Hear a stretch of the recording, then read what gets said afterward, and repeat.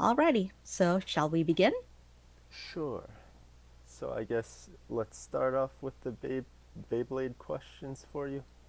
And the first Beyblade related question I have for you today is before your role as Valt on Beyblade Burst, how did you discover Beyblades in general?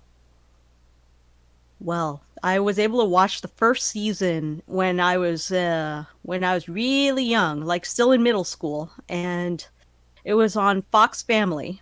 I believe it was Fox Family. So it was a really long time ago. So Tyson and I think the I actually had the Beyblade belonging to the American Beyblader, the one with the the I forgot what it's called, but it was an eagle Beyblade and it just pops. I think it has a spring in it. Oh, I think I actually have that same one because my brother used to collect them during the plastic generation and he Yeah, the passed them plastic down. generation's right.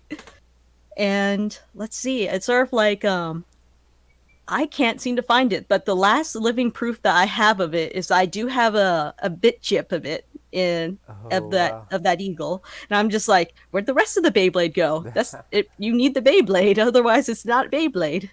But maybe Honestly. one day I'll find it. Yeah, things like that just sort of seem to disappear with time, and it's quite sad. But I guess that kind of rolls into my second question here, which would be what is your favorite series of Beyblade if you put your bias aside for Beyblade Burst? That's a tricky one because the thing is, sort of like the only ones I got a chance to watch was the first season in full, but I forgot most of it since it's more than 10 years ago. And I was able to watch only bits and pieces of the episode with not sure if it's Metal Fight or Metal Fusion, but the thing is that they have this one character who loves doing the little Krabby Crabs. I forgot his name. But the thing is that Devin told me that he's such an amazing actor, so he shared a few episodes with us, and it's sort of like, wow, this is I forgot his name, but he had a cape, really long hair, and he was all about the crabbiness. Oh, Pinchy pinchy crabby crabby. I bet your audience might be able to guess which character it is if they've been watching that season as well, seasons or arc as well. I think you might be right. Yeah, I haven't actually watched that season or arc in a long time at least, so I could not tell you there, but hopefully someone in the audience knows. Yeah, and leave a comment. Exactly. I do like Burst a lot though. Um, the first season was very much like a typical sports anime kind of thing. Then things pick up in like sports drama and evolution. But then I really liked how Turbo turned out because it's sort of like I didn't get to finish Evolution yet, but Turbo always had like a lot going on. So Right, right. I like Turbo. As for Rise, no spoilers because I only got to watch. I wanted to watch my episodes in order. No, that's not what I meant. But it's sort of like I wanted to watch the show in order, but I only recorded for my part, so I only know my parts in the series. So it's kind of like, okay, what happened? Oh, okay. So I'm not allowed to spoil anything about much about Rise, but the thing is, sort of like I hear more craziness happens. That is has to do with let's see. I assume to be has to do with Delta. Oh, wow. That's all I can say. It's sort of like keep your eyes open for Delta because it's sort of like we have Dante and Delta being all like, "Hey, Vault, you're awesome," and then it's sort of like, why does Dante get to have cool stuff? And we're like, "Oh no." Yeah, I'm sure my audience can't wait to watch that one. So, for your third Beyblade related question, which I think should be the final Beyblade question, what was your favorite moment to record on the Beyblade anime, at least that you can tell uh, people watching right now? Hmm, that's a really tricky one because let's see. I know it. I got to have more involvement with Vault in Turbo. because in Rise, there's a lot more going on with Dante and crew. Right. And let's see. I like doing the Beyblade battles, even though they are a little rough on the voice after a while. Not as much as what Lars Stahl has to do with Iger, but still you're still screaming "Let it rip" and yelling at Valtriek and everybody. Yeah. But there's still a lot of screaming, like versus uh Hyde versus Iger at the in the championship. But I think my personal favorite is when it's not a battle, but it has to do with Valt just chilling out with Shu and talking about how Iger has a lot of potential and growth to him. Because I think around the time, I'm trying to remember where in the timeline this is, but Iger was feeling not so hot, not so great. But the thing is that Valt just didn't give up on him. He saw something great in him and just believed in him no matter what, and just it was just a matter of like being the right being the right influence and being there for someone you believe in. Oh And it yeah. was a very sensitive heart to heart that I actually appreciated. Yeah, sometimes the best moments are definitely the more emotional ones over top of just the more energetic ones.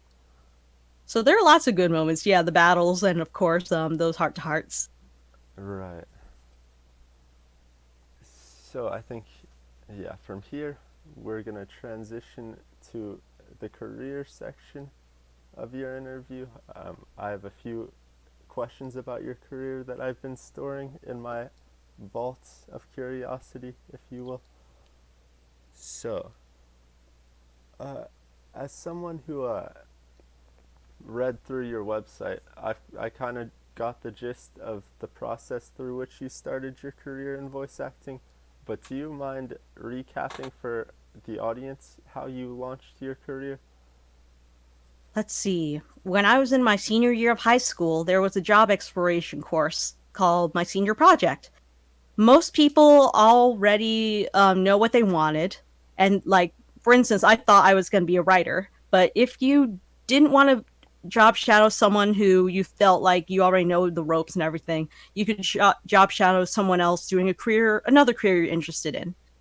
In my case, I job shadowed a voice actor, and he gave such a great performance in his recording session that I was very much inspired. And see, like it wasn't just an introvert making things up or just being all hyper and stuff. There was a process to it. There was a craft to it because I could tell that he took a lot of time honing his expertise to be able to match the flap. Care just It was basically work at the end of the day. It was fun work, but it was still work. And it just felt like a creative problem solving that I was interested in. So from there, I had to job shadow at another studio, interview some people working, and then I went to Bang Zoom. And from there, I was able to interview a few people who worked there, and then they decided to put me into a Wallace session to let me know what it's like on the other side of the glass.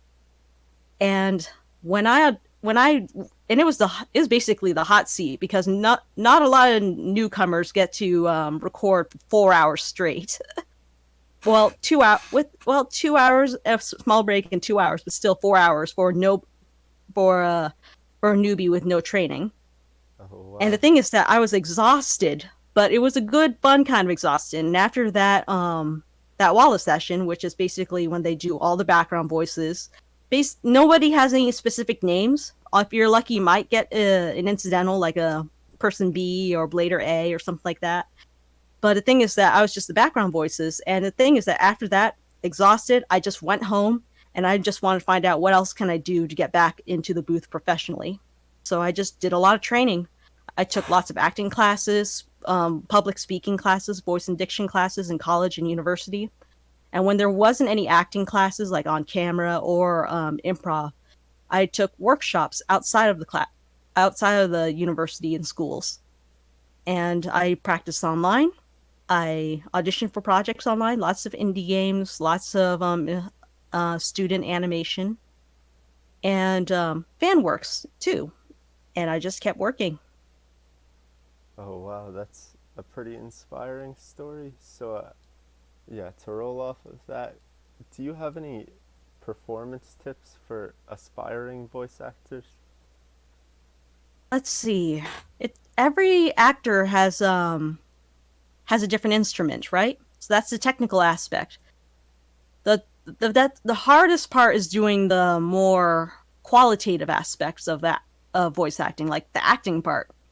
So take acting classes. Just when you do when you take acting classes, pay attention to how you express yourself.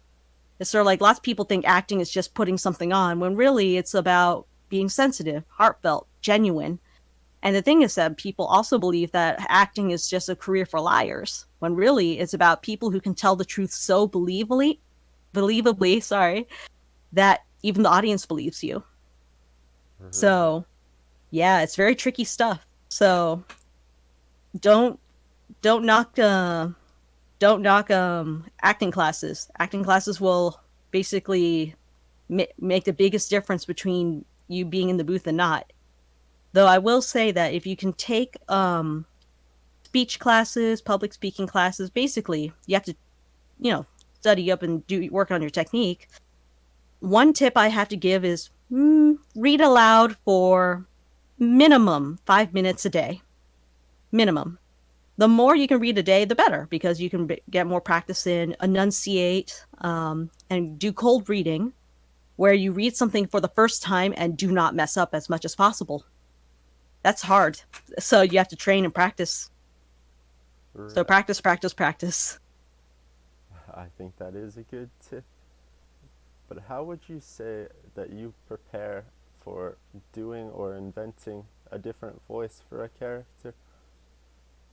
Well, sometimes when I'm in the booth, I'm told what the character is like. I get the picture on screen, and the director tells me what the character is all about. I never see the character ever, and it's sort of like that's why cold reading is such a big deal, where you basically use your creative problem solving skills as fast as possible. That's why improv is a good class to take as well. So they say that, okay, what is this character all about? This character is very brave and stands their ground, but is very but then you had to figure out for yourself, when you say brave and stands your ground, do you mean someone who is very quiet but firm, or someone really strident and loud? So it's sort of like you work this out very quickly, as fast as you can with the director, so because time is money, and then you just figure out a voice from there. Sometimes some characters have the same archetypes, and a lot of the times you have to pay attention to what characters best suit your voices. So, uh, I know that you put a lot of emotion into your work as a voice actor. Would you say that you ever become emotionally attached to characters after playing them for long enough? All the time. I think let's see.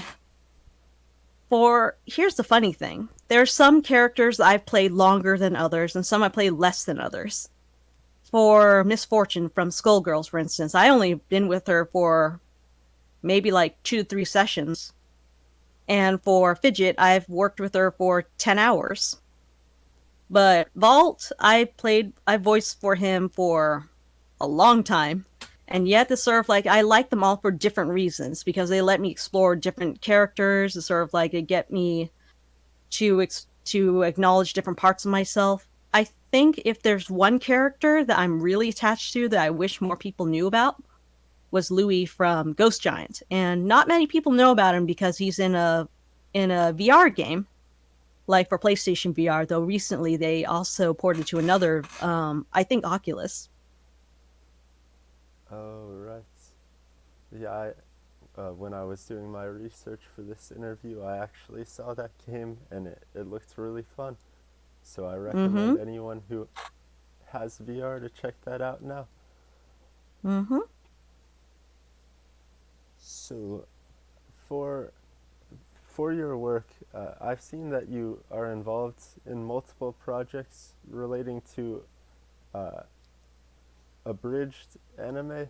Which of these abridged anime would you say you enjoyed working on the most, and why? Let's see.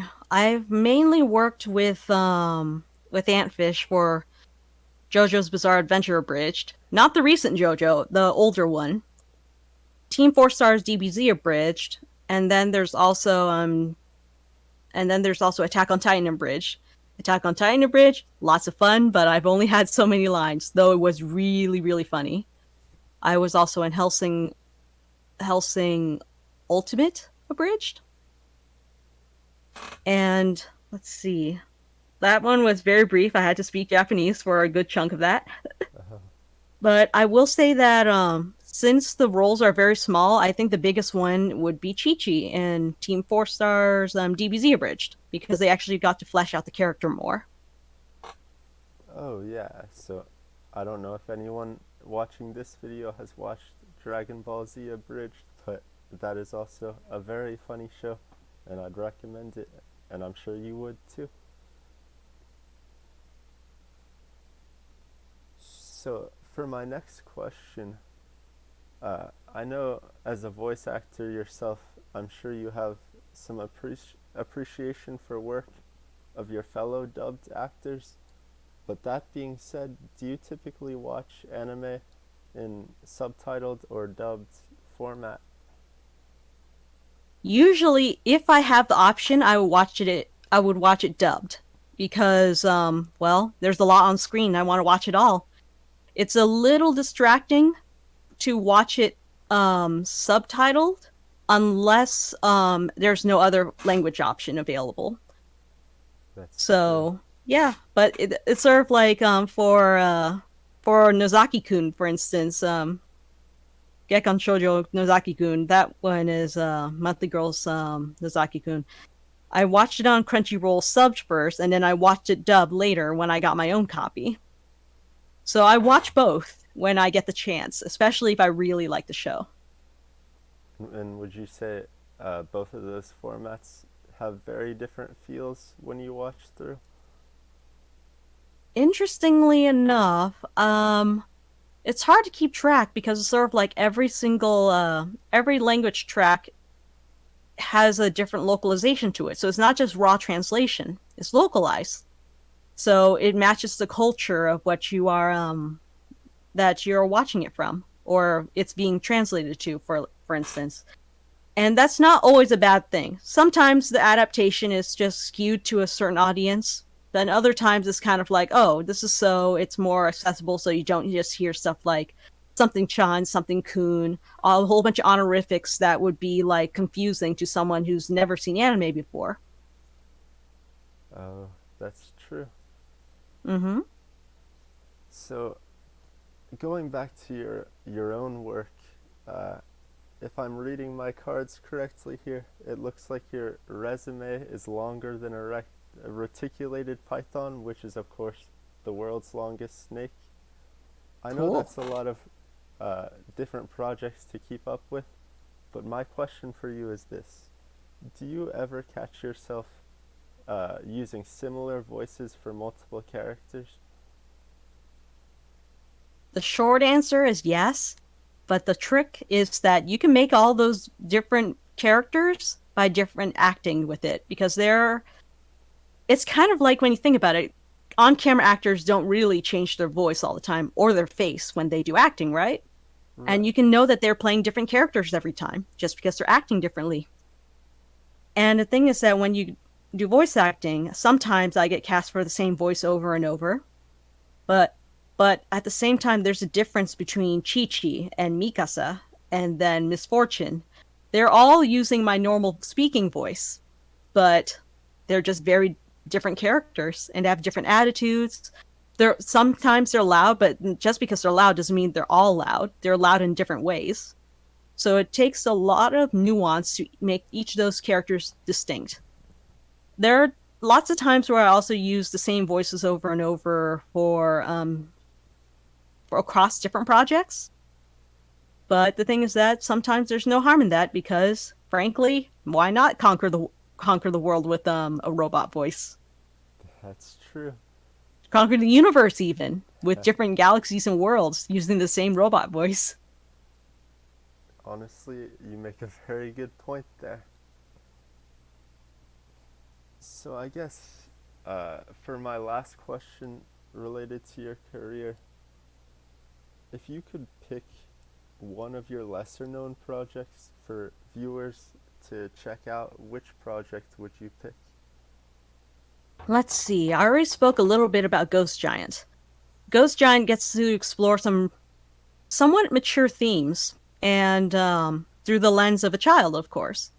And I get to play the lead, Louis.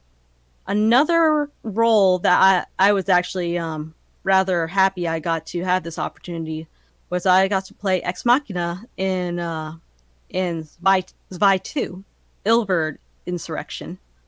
And you can get that on Steam. And that game, while I haven't played it myself yet, what my character goes through is some pretty wild stuff.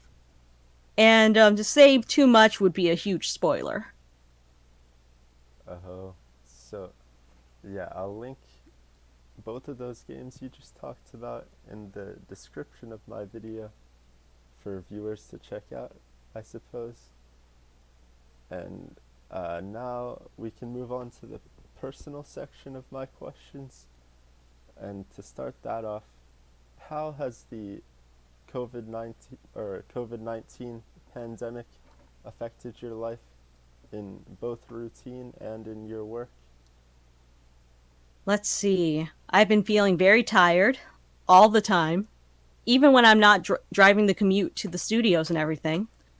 I've been feeling pretty worried all the time because a lot of voice actors, me included, have been stressed out about our home setups. While our home setups are good for indie projects and for auditions, not all of them are good for professional productions. So I had to upgrade my equipment, and hopefully it's kind of like, with the studio, is this up to the standards of the production? With the client, is this good enough for the client? For one project I recorded for, there was my microphone was my microphone picked up the wire that was charging my laptop, Oh, and yeah, not the laptop fan, just the wire that was charging the laptop.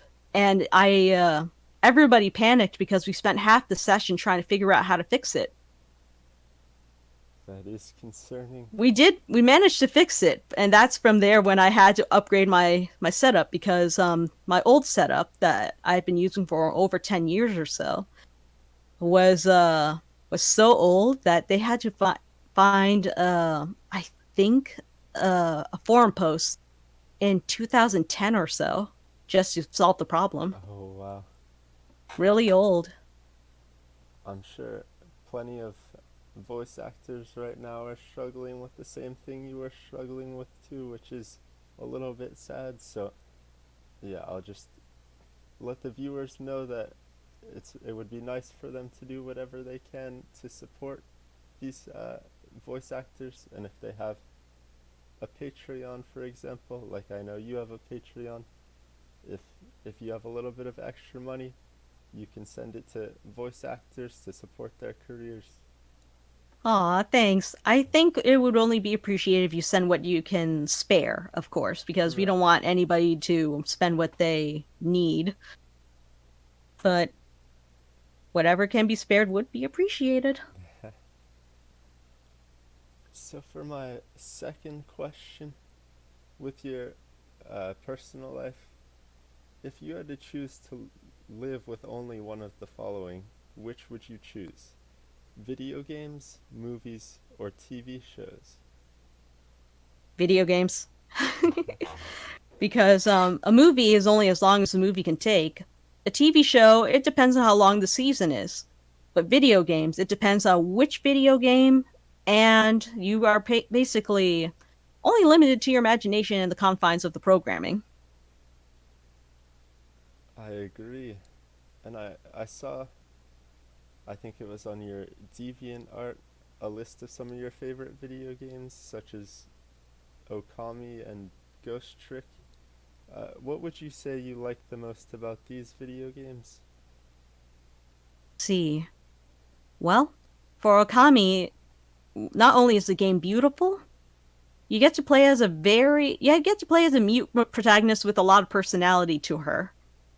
And I think it was sort of like there was a wonderful theme about faith in Okami that really resonated with me because when I was playing the game, I was scared. Uh-huh. I got scared. I get scared really easily, as my Twitch streamers would, or Twitch followers and viewers would back me up on.